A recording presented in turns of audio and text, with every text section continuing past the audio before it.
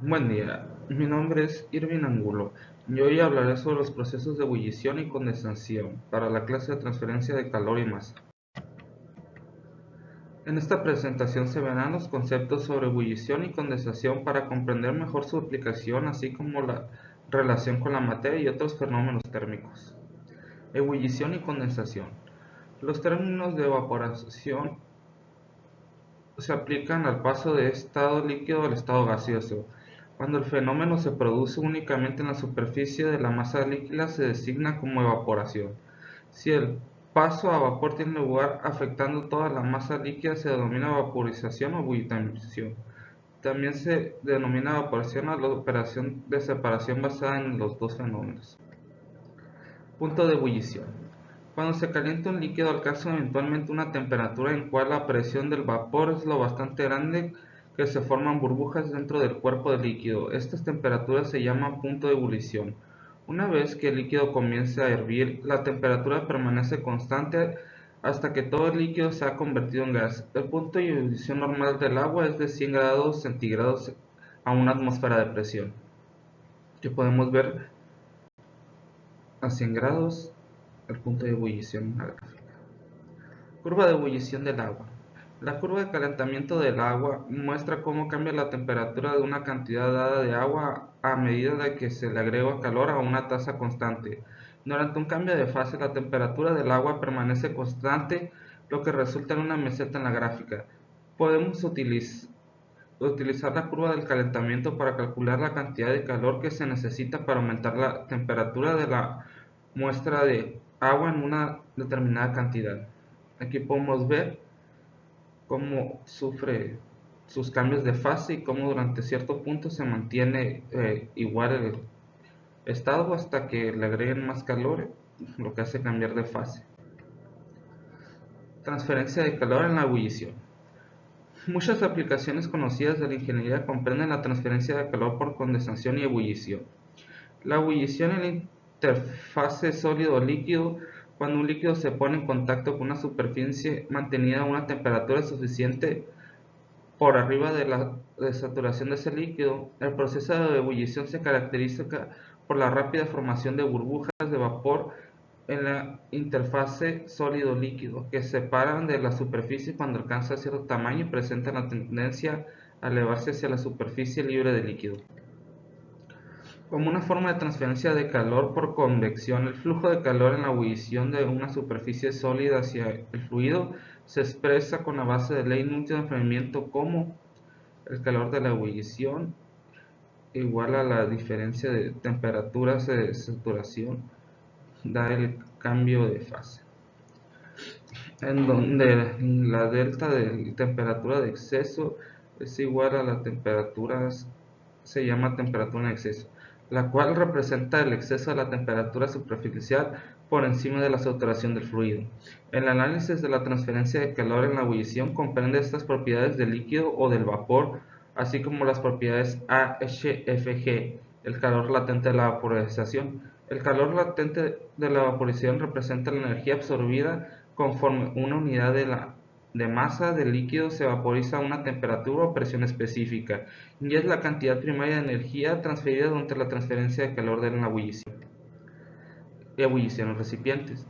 Para que exista la ebullición, la temperatura de la superficie sumergida, Tp, debe de estar a algunos grados sobre la tasa de saturación. La diferencia de temperaturas, llamada a veces sobrecalentamiento de la pared, es la delta de la temperatura entre la temperatura de la superficie.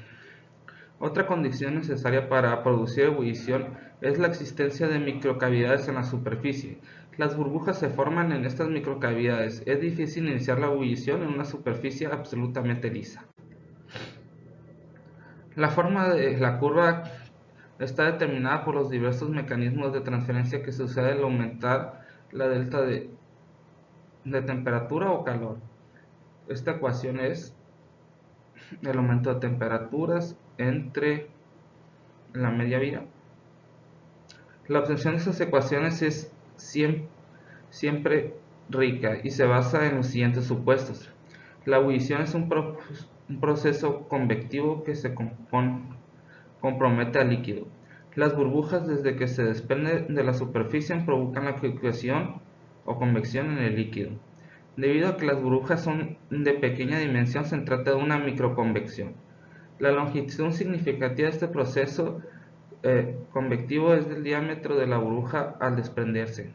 Las dimensiones de la superficie calefactora no ejercen, por lo tanto, tanta influencia.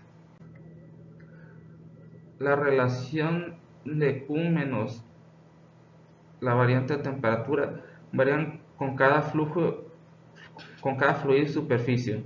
Esto dado en cuenta que el factor empírico de CSF, como todo proceso colectivo que se efectúa en un líquido, la ebullición puede caracterizarse por una ecuación de tipo, aquí tenemos,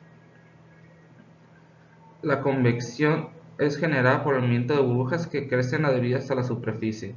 Durante el crecimiento, la agitación que provoca es escasa. Luego de desprenderse no pueden seguir creciendo.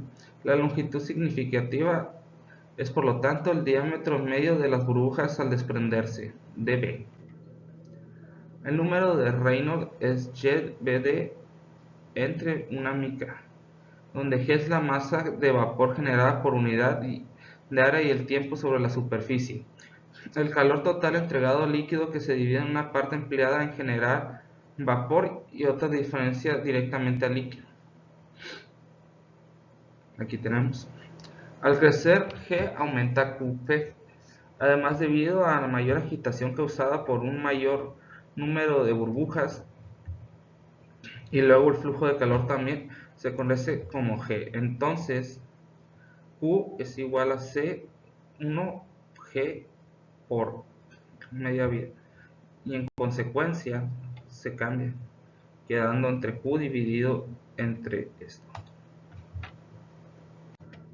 Transferencia de calor en la condensación.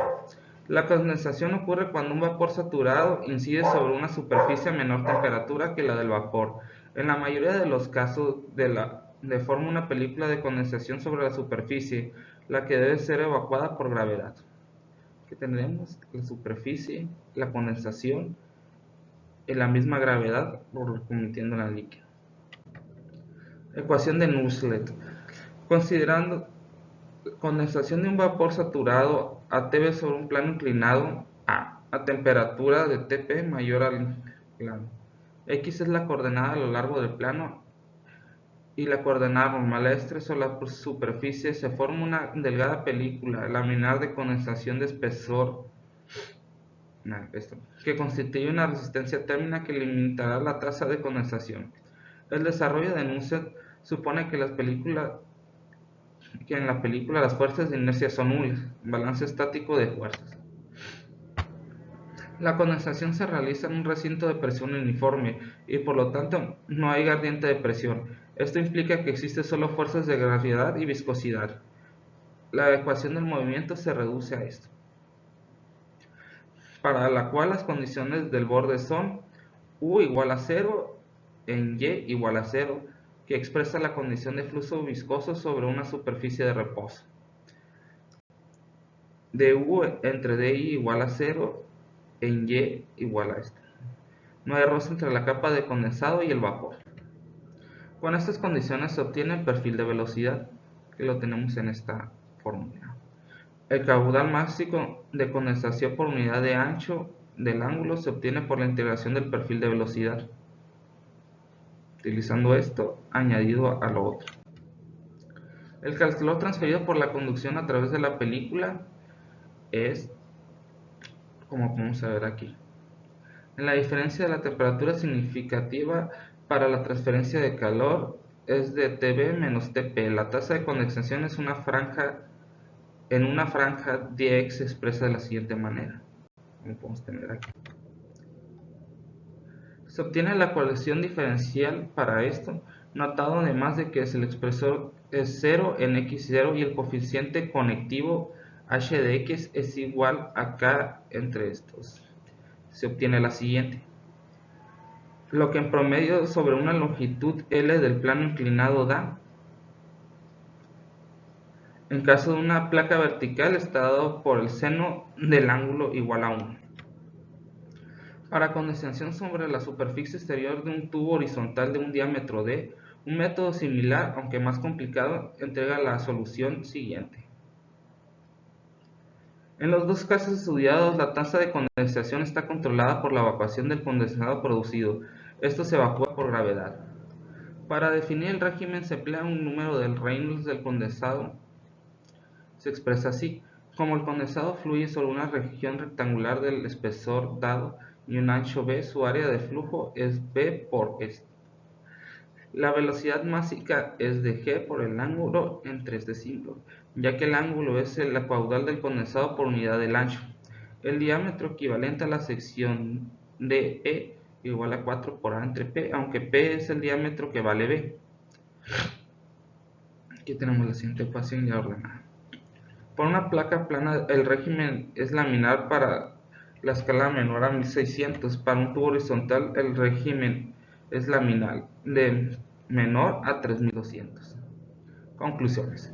Como podemos ver, el proceso de ebullición y condensación son más complejos de lo que pudiera pensar uno, pero a su vez estos fenómenos son algo que sucede muy frecuente, ya que se da de manera natural o inducido por nosotros.